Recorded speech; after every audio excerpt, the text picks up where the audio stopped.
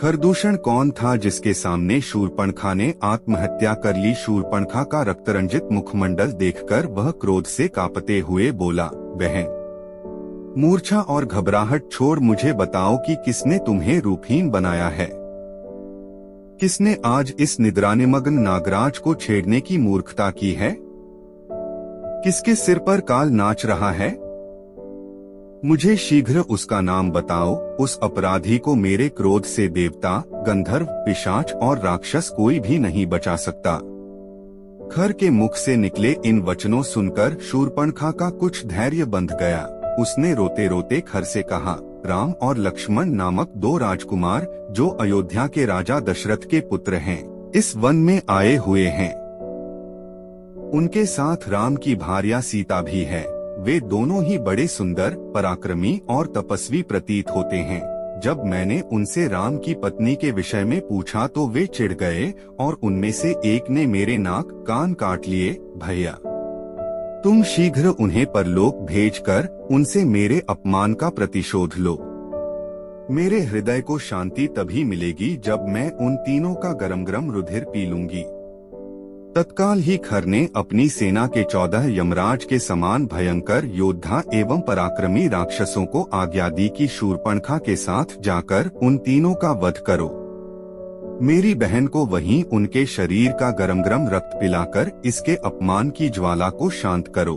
खर की आज्ञा पाते ही वे राक्षस भयंकर अस्त्र शस्त्रों से सुसज्जित होकर राम, लक्ष्मण तथा सीता का वध करने के लिए शूर्पणखा के साथ चल पड़े।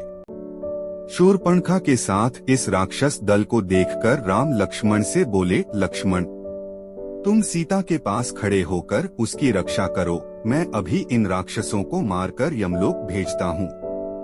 इसके पश्चात राम धनुष पर प्रत्यंचा चढ़ाकर बाण संभालकर उन राक्षसों से बोले, दुष्टों, हम लोग तपस्वी धर्म का पालन कर रहे हैं और किसी निर्दोष पर कभी वार नहीं करते। तुम सब पापात्मा तथा ऋषियों का अपराध करने वाले हो। उन ऋषि मुनियों की आज्ञा से ही मैं धनुष बाण लेकर तुम लोगों का वध करने आया हूँ। तुम्हें यदि युद्ध से संतोष प्राप्त होता हो तो यहाँ ही खड़े रहो, अन्यथा लौट जाओ। उन राक्षसों ने एक साथ राम पर अपने शस्त्रों से आक्रमण कर दिया। प्रत्युत्तर में राम ने एक साथ 14 बाण छोड़े जिन्होंने उनकी छातियों में घुसकर उनके प्राणों का हरण कर लिया। वे भूमि पर गिरकर तड़पने लगे और मृत्यु को प्राप्त हुए। सभी राक्षसों के इस प्रकार मर जाने पर शूर्पणखा रोती बिलखती खर के पास जाकर बोली, उन सब राक्षसों को अकेले राम ने ही वध कर डाला। वे सब मिलकर भी उसका कुछ न कर सके। मुझे तो प्रतीत होता है कि तुम महासमर में सबल होने के बाद भी राम के सामने युद्ध में नहीं ठहर सकोगे। यदि तुम स्वयं को शूरवीर समझते हो तो तुम अपनी संपूर्ण शक्ति लगाकर उससे युद्ध करो। यदि तुमने शत्रुघाती राम का वध नहीं किया तो मैं तुम्हारे समक्ष ही आत्महत्या करके अपना प्राण त्याग दूंगी। शूर्पणखा के द्वारा इस प्रकार तिरस्कृत होने पर खर ने क्रोधित होकर कहा, शूर्पणखे, तू व्यर्थ ही भयभीत होकर आत्महत्या करने का प्रलाप कर रही है। मैं तत्काल जाकर उन दोनों भाइयों का वध कर डालूंगा। मेरे समक्ष उनका तेज वैसे ही है जैसे कि सूर्य के सामने जुगनू। तू अकारण चिंता करना त्याग दे। शूर्पणखा को सांत्वना देकर खर अपनी विशाल सेना, जिसमें 14 सहस्त्र विकट योद्धा थे, को साथ लेकर राम से संग्राम करने के लिए तीव्र गति से चला। विशाल सेना के साथ खर को आते देखकर राम ने लक्ष्मण से कहा, महाबाहो, ऐसा प्रतीत होता है कि राक्षसराज अपने पूरे दलबल के साथ चला आ रहा है। आज आर्य और अनार्य के मध्य संघर्ष होगा और निःसंदेह आर्य की विजय होगी। तुम सीता की रक्षा के लिए उसे साथ लेकर शीघ्र ही किसी गुफा में चले जाओ ताकि मैं निश्चिंत होकर युद्ध कर सकूं। लक्ष्मण ने तत्काल अपने अग्रज की आज्ञा पालन किया। वे सीता को लेकर पर्वत की एक अंधेरी कंदरा में चले गए। अभेद्य कवच धारण करके राम युद्ध के लिए तैयार हो गए।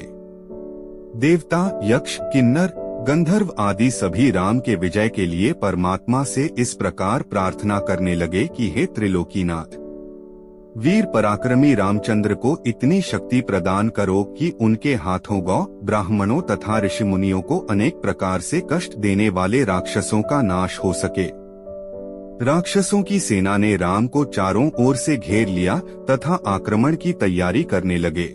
राम ने भीषण विनाश करने वाली अग्नि बाण छोड़ दिया, जिससे राक्षस हाहाकार करने लगे। राम तत्परता के साथ राक्षसों के द्वारा छोड़े गए बाणों को अपने बाणों से आकाश में ही काटने लगे। इस पर राक्षसों ने अत्यंत क्रोधित होकर एक साथ बाणों की वर्षा करना आरंभ कर दिया और राम चारों ओर से उनके बाणों से आच्छादित हो गए। राम ने अपने धनुष को मंडलाकार करके अद्भुत हस्तलाघव का प्रदर्शन करते हुए बाणों को छोड़ना आरंभ कर दिया, जिससे राक्षसों के बाण कट-कट कर भूमि पर गिरने लगे।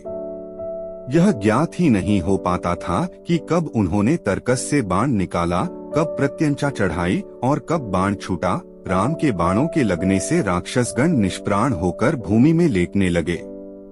अल्पकाल में ही राक्षसों की सेना उसी भांति छिन्न-भिन्न हो गई जैसे आंधी आने पर बादल छिन्न-भिन्न हो जाते हैं। पूरा युद्धस्थल राक्षसों के कटे हुए अंगों से पट गया। उम्मीद करते हैं आपको यह वीडियो अच्छी लगी होगी। धन्यवाद आपका। वीडियो पसंद आई हो तो लाइक और शेयर कर दीजिएगा।